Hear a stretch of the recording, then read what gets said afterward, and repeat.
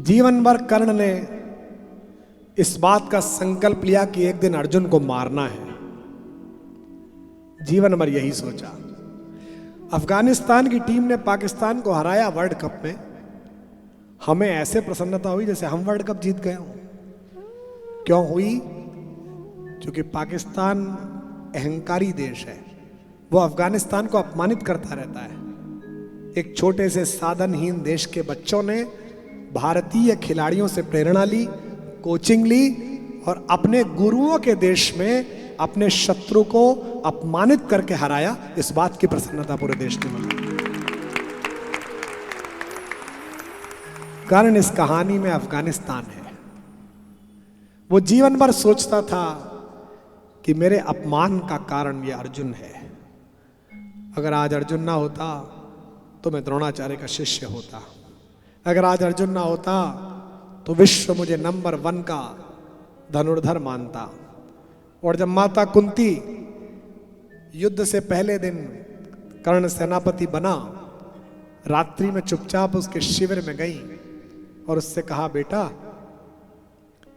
मैं तुझे बताने आई हूं कि मैं तेरी मां हूं। कर्ण तो जानता ही था, कर्ण को बता चुके थे श्री कृष्ण। तो उसने कहा कि आपने बता दिया तो ठीक है, अन्यथा मुझे पता था। तो उन्होंने कहा मैं तुझसे कुछ मांगने आई हूं।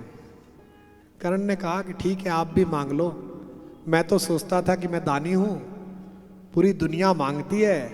कभी वो दिन आएगा कि मेरी माँ आएगी तो मैं मांगूंगा, पर चलो मैं इतना अभागा हूं कि माँ भी मांगने आई है तो माँ को भी दे दूंगा। मांगो क्या मांगती हो। माँ ने कहा तू अपने भाइयों को मत मारना। कर्ण ने कहा ये वादा नहीं कर सकता, पर एक वादा करता हूं, दुनिया के लिए तुम 5 पुत्रों की मां हो। महाभारत के बाद भी, युद्ध के बाद भी तुम 5 पुत्रों की मां रहोगी। अगर 4 बेटे आपके मेरे सामने आए तो मैं उन्हें मारूंगा नहीं, पराजित करके छोड़ दूंगा।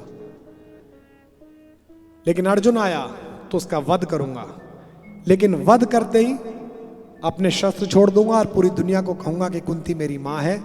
तब भी आपके 5 बेटे रहेंगे, अब भी आपके 5 बेटे हैं। युद्ध ऐसे समय में आकर खड़ा हो गया जहां कर्ण और अर्जुन आमने सामने आ गए। घंटों युद्ध चला, न वो कम न ये कम। कई बार बैडमिंटन में आप देखते हैं ना, रैली कहते हैं उसे, रैली चलती है, आदमी की गर्दन दुख जाती, इधर इधर इधर उधर। और जब बाद में कहीं जाके शटल गिरती है तो पूरा स्टेडियम शोर मचाता है। वहां कवि दिनकर ने इसका वर्णन किया। जब खांडव प्रस्थ से, जंगल से अर्जुन अपनी मां को और भाइयों को लेकर आ रहे थे तो रास्ते में एक सर्पणी दिखाई दी थी, एक सांप दिखाई दिया। कुंती सबसे आगे थी। बेटे माओ को लेके और भाई बहनों को लेके प्रोटेक्टिव होते हैं थोड़े। तो अर्जुन ने आगे बढ़ के उस सर्पणी को उठाया और उसको आग में फेंक दिया ताकि किसी को काट ना पाए। जब उसने फेंका तो उसी समय सर्पणी को प्रसव हुआ आकाश में, हवा में, और एक बच्चा उस अंडे से फूट के नीचे गिरा, एक नया सांप। उस सांप का नाम था अश्वसेन। उसने जीवन में पहली बार पैदा होते ही 2 दृश्य देखे। एक दृश्य ये कि मेरी मां का शरीर आग में जा रहा है, और दूसरा दृश्य ये कि मेरे मां की पूंछ जो है एक आदमी के हाथ में थी। और उसने पता करा बाद में बड़ा होकर कि वो व्यक्ति कौन है। तो लोगों ने बताया कि वो अर्जुन था। पूरे जीवन अश्वसेन ने दुनिया भर के बड़े सांपों की सेवा करके जहर इकट्ठा किया, और उसके जीवन का एक ही उद्देश्य रहा कि बस एक बार अर्जुन को डसना है। अमिताभ जी की एक फिल्म थी दीवार, उसमें एक बिल्डिंग अमिताभ बच्चन खरीदते हैं बहुत पैसे वाले होकर, और जितने की बिल्डिंग है उससे दुगने पैसे में खरीदते हैं। तो बेचने वाला कहता है कि एक बात कहूंगा, आपने पैसा कमा लिया पर आपको व्यापार करना नहीं आया। मैं इससे आधी कीमत में दे सकता था, तो उसमें करेक्टर कहता है आपको बेचना नहीं आया, मैं इससे दुगनी में भी खरीदता, क्योंकि इस बिल्डिंग को बनाने में मेरी माँ ने ईंट ढोई है, मैं उसकी अपनी माँ का सम्मान खरीद रहा हूँ, श्रम खरीद रहा हूँ। हम सब ऐसा करते हैं। बचपन में जो हमारे पास नहीं था, हम सब चाहते हैं कि सामर्थ्य आ जाए तो हम वो चीजें खरीद लें। अश्वसेन के मन में भी यही बात थी। एक दिन अर्जुन मिले तो अर्जुन को काटूं। अब युद्ध चल रहा है महाभारत में, या तो अर्जुन बचेगा या कर्ण बचेगा। चल रहा महाभारत का रण, जल रहा धरित्री का सुहाग। युद्ध चल रहा है, कर्ण और अर्जुन लड़ रहे हैं, दोनों के रथ आमने सामने हैं, बीच में आग जली हुई है, क्योंकि अलग अलग तरीके के गोले बारूद हैं। चल रहा महाभारत का रण, जल रहा धरित्री का सुहाग। फट कुरुक्षेत्र में खेल रही नर के भीतर की कुटिल आग। बाजियों गजों की लोथों में गिर रहे मनुज के छिन्न अंग। बह रहा चतुष्पद और द्विपद का रुधिर मिश्र हो एक संग। गत्वर गैरय सुधर भूधर से लिए रक्त रंजित शरीर। थे जूझ रहे कौन्तेय कर्ण क्षण क्षण करके गर्जन गंभीर। दोनों रणकुशल, धनुर्धर नर, दोनों संबल, दोनों समर्थ, दोनों पर दोनों की अमोघ थी विशिक वृष्टि हो रही व्यर्थ। कोई ना हार रहा है, ना कोई जीत रहा है। कृष्ण भी परेशान है, मामा शल्य जो कर्ण का रथ चलाते हैं वो भी परेशान है। अचानक कर्ण ने अपने तरकश में तीर निकालने के लिए हाथ डाला, और जैसे ही तीर निकाला, तीर के ऊपर एक सांप लपटा हुआ आया। उसने बाहर निकलकर कहा, कहता कि कर्ण में अश्वसेन, ओ कर्ण मेरा नाम अश्वसेन है, मैं दुनिया के सबसे जहरीले सांपों से भी ज्यादा जहरीला हूं, और आज तेरा और मेरा दुश्मन एक है। तुझे लड़ने की जरूरत ही नहीं है, मैं आग को पार नहीं कर सकता, तो बस इतना कर, इसी तीर पर मुझे लपेट कर अर्जुन के रथ पर फेंक दे और फिर लड़ने लग। अर्जुन तो उससे लड़ रहा होगा, मैं पीछे से जाके उसे काटूंगा, वो मर जाएगा, मेरा भी बदला पूरा हो गया, तेरा भी बदला पूरा हो गया।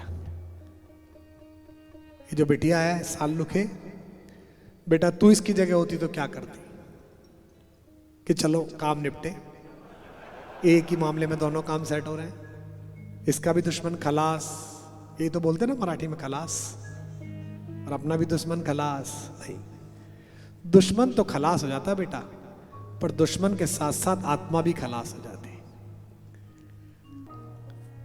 अश्वसेन ने कहा, मैं अश्वसेन विश्रुत भुजंग का स्वामी हूं, जन्म से पार्थ का शत्रु परम तेरा बहुविध हितकामी हूं। बस एक बार कर कृपा धनुष पर चढ़ शरव्य तक जाने दे, उस महाशत्रु को अभी तुरंत स्यंदन में मुझे सुलाने दे। कर वमन गरल जीवन भर का संचित प्रतिशोध उतारूंगा, तू मुझे सहारा दे बढ़कर मैं अभी पार्थ को मारूंगा। अब कर्ण के उत्तर पर झूम जाइए। राधे जरा हंसकर बोला, राधा का लड़का, राधे जरा हंसकर बोला, रे कुटिल बात क्या कहता है, नर का समस्त साधन जय का अपनी बाहों में रहता है। तेरी सहायता से, ये चरित्र है कर्ण का जो मैं राम के मंच पर कर्ण को याद कर रहा हूं, तेरी सहायता से जय तो मैं अनायास पा जाऊंगा, आने वाली मानवता को पर क्या मुंह दिखलाऊंगा।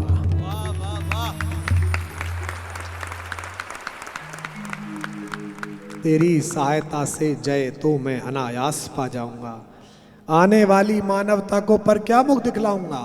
संसार कहेगा जीवन का सब सुकृत कर्ण ने क्षार किया, प्रतिभटके वध के लिए नीच ने सर्पों का सहाय लिया। कर्ण ने कहा, अरे ओ अश्वसेन, रे अश्वसेन, तेरे अनेक वंशज हैं छिपे नरों में भी, सीमित वन में ही नहीं बहुत बसते प्रोग्राम घरों में भी। ये नरभुजंग मानवता का पथ कठिन बहुत कर देते हैं। अंदर राम पालना है या रावण पालना है, ये आपके ऊपर है। इसलिए मुझे लगता है कि इस बिटिया को उत्तर तो मिल गया होगा। जहां तक इसने ये बात कही कि सत्य के साथ रहने में चिंता बहुत होती है कि क्या करें। ये पुलिस के अधिकारी बैठे हैं, मैंने 10 साल जीवन का ऐसा जिया है जो रोज इनसे सत्संग हुआ है, लेकिन उसके बाद भी ईश्वर के ऊपर जो भरोसा था उसके कारण इस सदगति में हूं आज जहां हूं। तो इस बिटिया से केवल इतना कहना है, तू अपना काम कर जो करती हो। 20-21 साल की लड़की है। आज रात के जाने के बाद मन के साथ काम कर और एक बात सोच, बस इनका विग्रह देख भगवान का और बोल कि मैंने अपना सिर आपके चरणों में रख दिया, अब सारी चिंताएं आपकी, सारा कष्ट आपका, मेरा केवल श्रम का काम रहा।